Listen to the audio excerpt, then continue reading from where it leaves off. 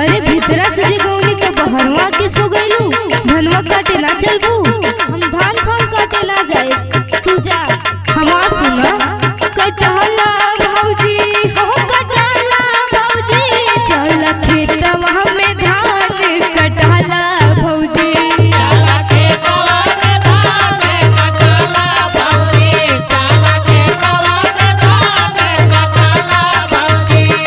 हे भौजी कटहला भौजी हो कटहला भौजी, चल खेतवा में धान कटहला भौजी।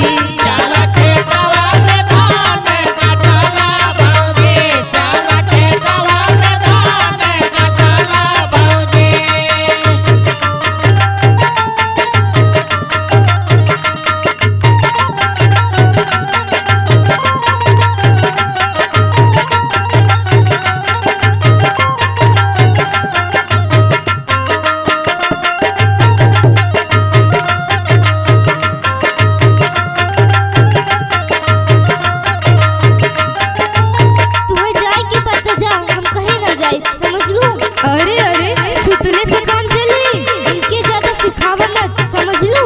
हमार सुना दिनो रात करबू तू अगर सुताई।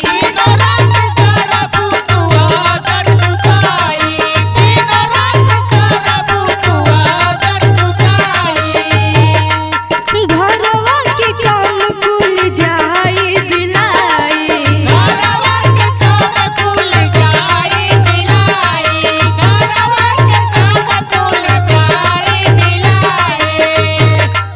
दिनो रात करबू तू अगर सुताई, घरवा के काम खुल जाई दिलाई। सुनाई भौजी सुना सहतवा में हाथ बटहला भौजी, चल खेतवा में धान कटहला भौजी।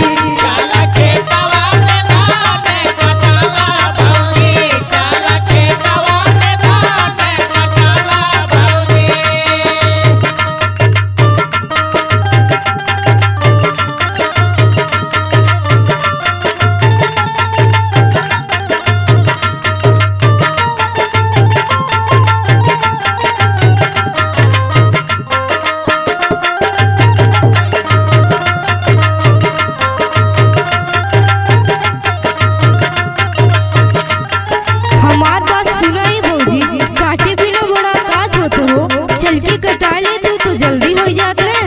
जब एक बार कह देनी हम ना जाए तू ना जाए, तू जा। हमार सुनो ए भौजी काटे नाही धान त कुल झर जाए।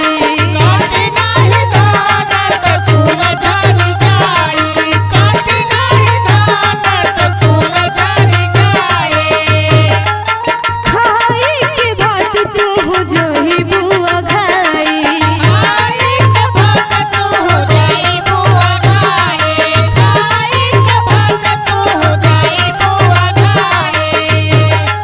काटे नाही धान त कुल झर जाई।